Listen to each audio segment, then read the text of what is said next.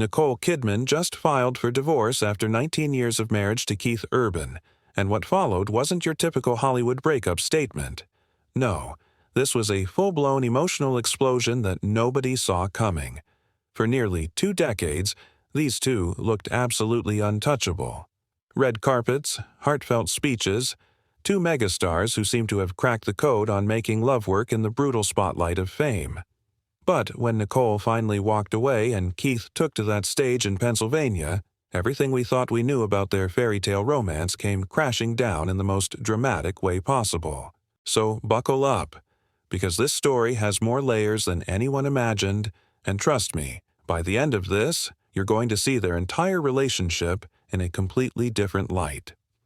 Before we dive into the chaos, let's rewind to where it all started, because understanding how they fell in love makes the ending so much more devastating. Nicole Kidman wasn't always the confident Hollywood powerhouse we know today. Born in Honolulu in 1967, she was actually painfully shy as a kid. Teachers remember her blushing so hard in class she could barely speak, but acting gave her something magical, a way to express feelings she couldn't put into words. By 16, she was in BMX Bandits, and Hollywood came knocking fast. But here's the thing about young Nicole. She was still searching for something deeper than fame. She wanted family, stability, a place where she truly belonged. Enter Tom Cruise in 1990. Their marriage looked like a dream from the outside, but behind closed doors it was complicated.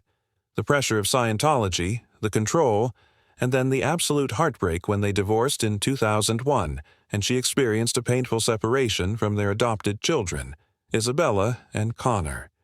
That wound never fully healed. Nicole carried those scars into every relationship that followed, and it explains so much about why she held on to Keith so fiercely later on. Now, let's talk about Keith Urban.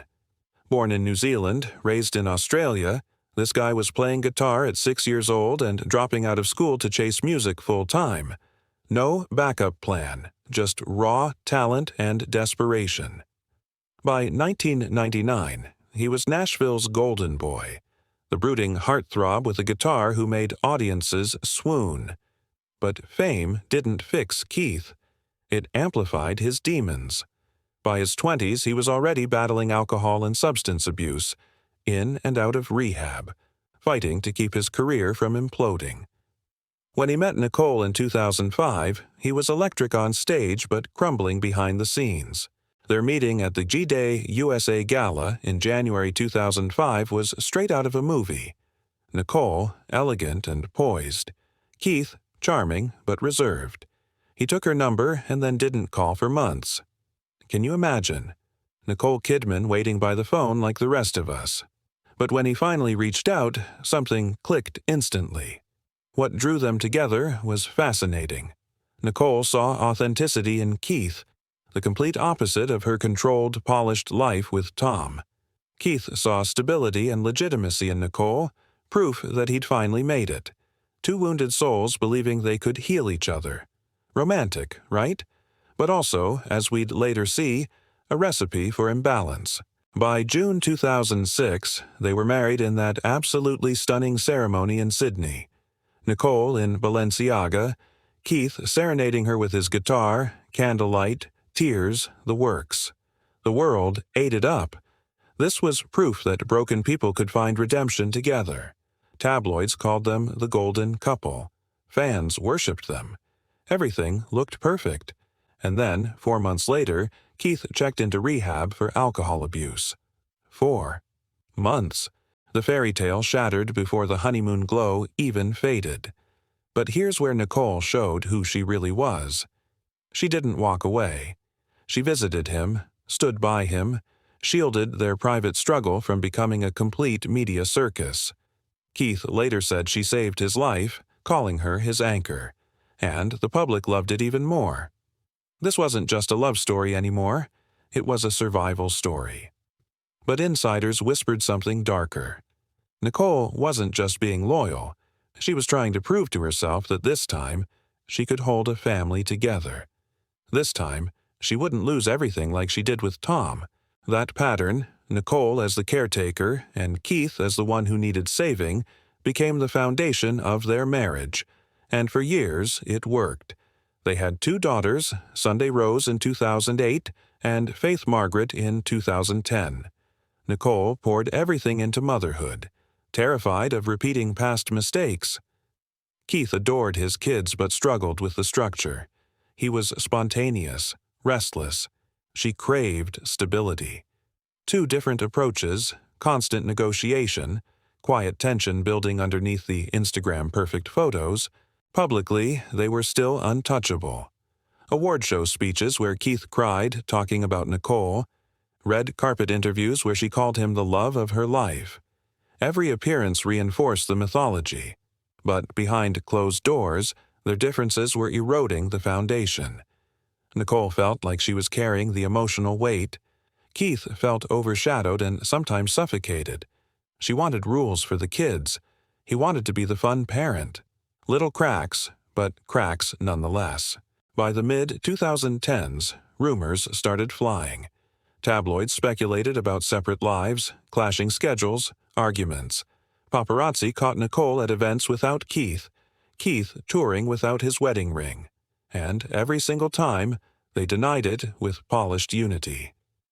"We've never been stronger," Nicole would say calmly.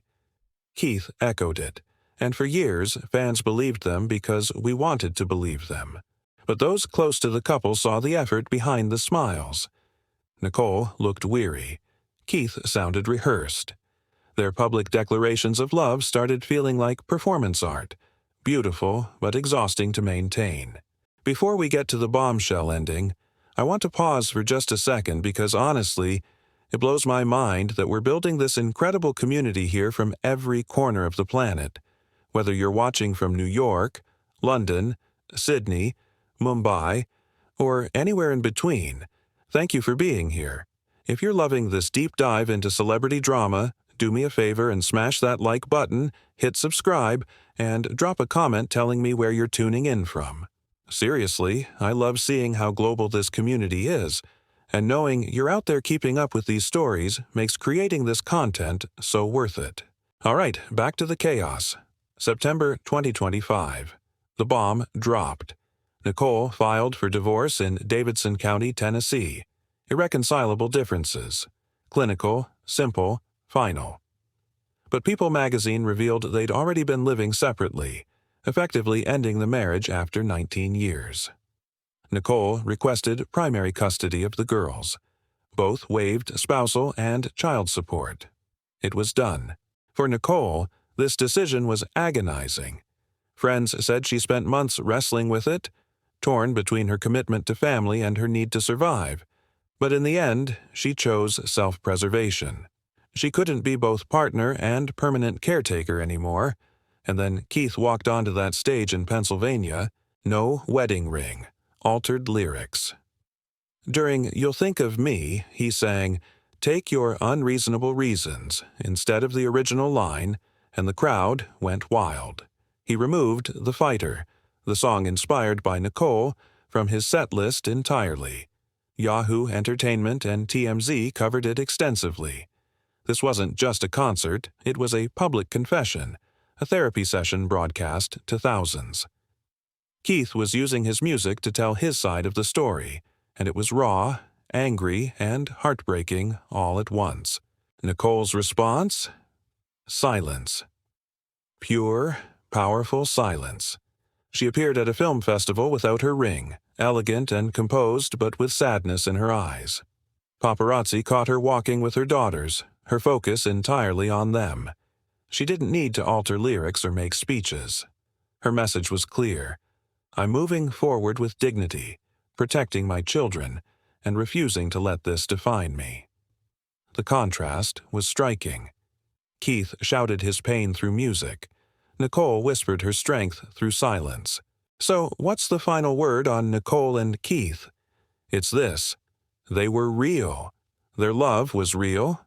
Their pain was real. And their attempt to heal each other was real. But sometimes love isn't enough. Sometimes 2 people can adore each other and still be fundamentally incompatible. Nicole needed stability. Keith needed freedom. She was the anchor. He was the storm. And eventually, that imbalance became unsustainable. Their divorce isn't a scandal. It's a tragedy. A reminder that even the brightest stars are human, wrestling with the same struggles we all face.